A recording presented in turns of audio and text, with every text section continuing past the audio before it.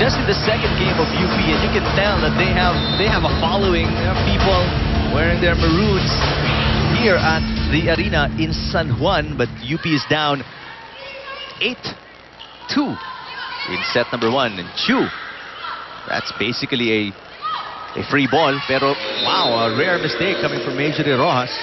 She saw that opening on the right side of the blockers, but it was just poor execution on her end. Not enough strength was applied. That's after scoring at least 3 points in the early part of set number 1. Princess Senao in the back row serving. That's way too strong.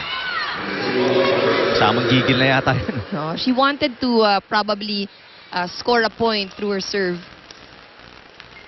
But in order to do that, you have to have good control. So 9 serving 3. A long way to go para sa Universidad ng Pilipinas, but that's a good start. And Vargas, medyo kulang sa lift that time. Now, all UP needs to do is string up a series of points here, Anna, no? That's right. If they can, of course, be consistent.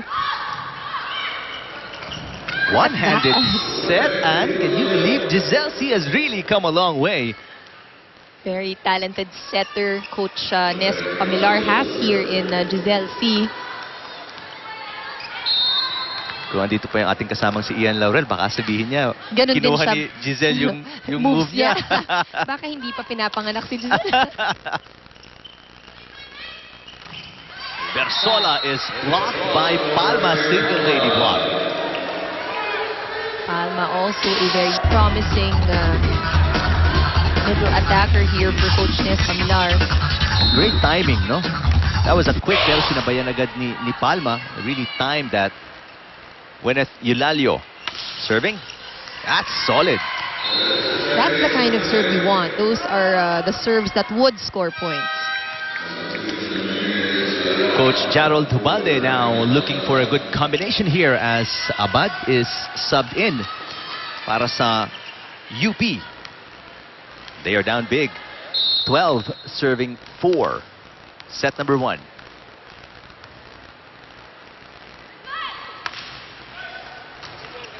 Another poor reception para sa UP. It's another free ball, and Giselle C is going to have a field day with this. Good floor defense by UP. Chu tips it over. Lack of communication that time. There are about 3-4 players near that ball within one lunge. Pero nagkahiyaan, nagkatinginan, and nobody spoke up. And that's what happens. A point para sa UP.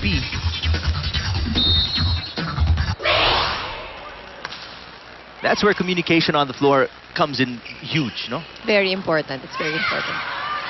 Nice cover by Ong. Ong rewarded with a hit. C sets it up. Ong tries again. Good coverage by FEU in this sequence.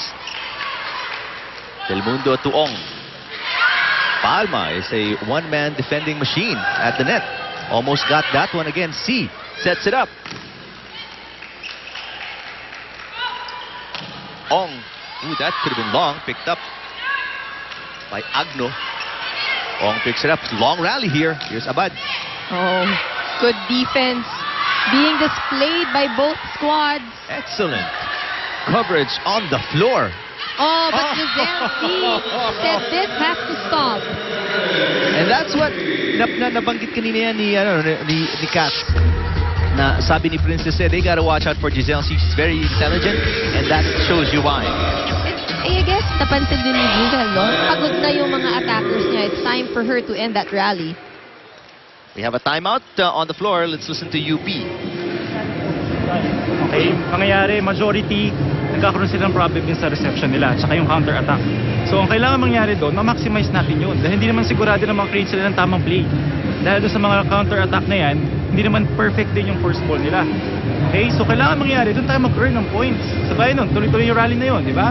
So, kailangan doon, since hindi maganda yung play nila, kailangan makuha natin ng maayos yung magandang team.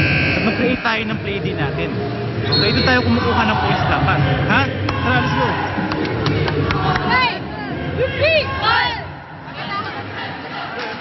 They need to create some plays. They need to get their offense going. They can't just rely on gimmies galing sa FEU, but they can't really get their offense going if they can't get a good reception. That's right, and that was what worked for them in their previous game. Somehow, they managed to receive properly, but not today. Yun na naman, no?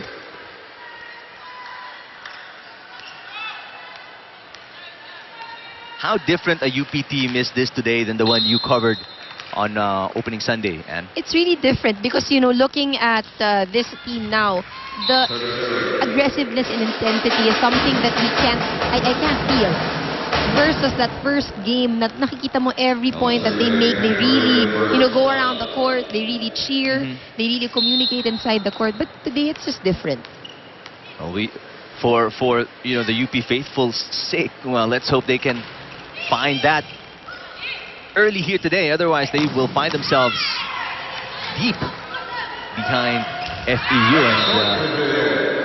And again, poor reception, poor positioning on offense, and that's what you get. They're down by 9, 15, serving 6 here.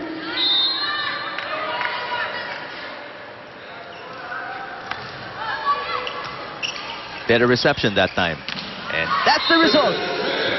They will be needing more of that, and they need to maximize the presence of Te as well while she is in the front line. And it's a 180-degree turnaround, Once you can tell how good they can be, UP can be, if they can receive the ball properly. But good set by Giselle C, Palma and C, that combination, just too difficult to stop. And that was made possible by Giselle C, who just